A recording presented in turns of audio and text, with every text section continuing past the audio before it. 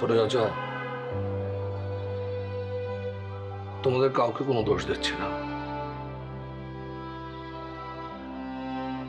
এর সবই হচ্ছে আমার ভাগ্য।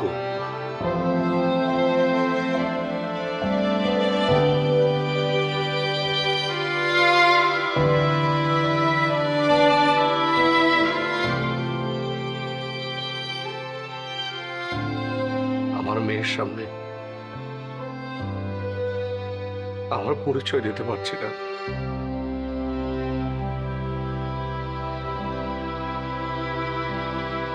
জানো চাচা, টিয়াকে দেখার পর না আমার খুব জড়িয়ে ধরতে ইচ্ছে করছিল।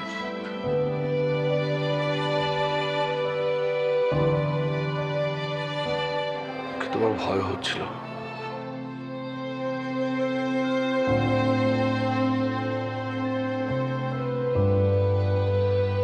আমি কি করে বলবো, আয় মা, আমার বুকে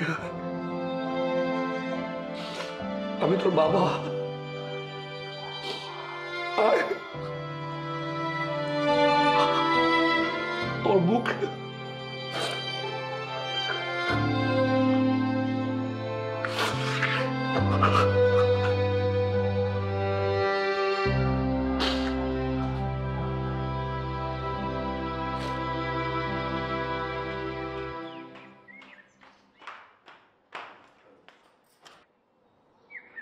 কিরে শেলি, শুনলাম টিয়ার বাবা নাকি বাড়িতে ফিরেছে?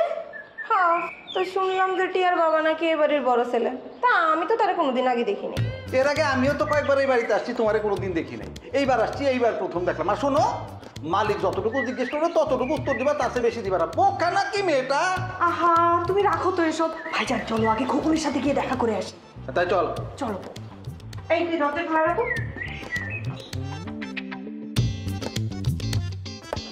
লোকটা দেখতে যেমন কথাও তেমন ফালতু।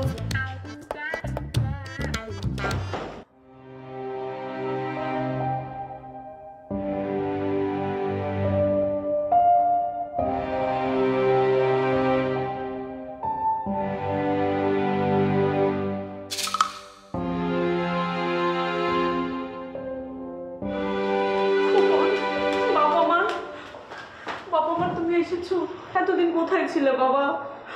গত 6টা বছর তোমাকে দেখি না বাবা।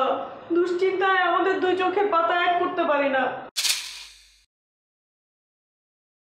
সবসময় চোখ বন্ধ করলেই শুধু তোমার কথা ভাবে। আমার খোকন কোথায়, আমার খোকন কে খাচ্ছে। একদম একদম ঠিক বলেছে। মানে হয়েছে কি, মানে এই 6 বছরে আমার তোমার কথা যতবার মনে পড়েছে না, ততবার আমার বাপের কথা মনে পড়ে নাই। মানে তোমার নানার কথা বললাম আর কি। হয়েছে কি, মানে আমি তো ধরে নিয়েছি যে তুমি আর কোনোদিন ফেরত আসবে না, ময়ূর একদম ভূত হয়ে গেছে।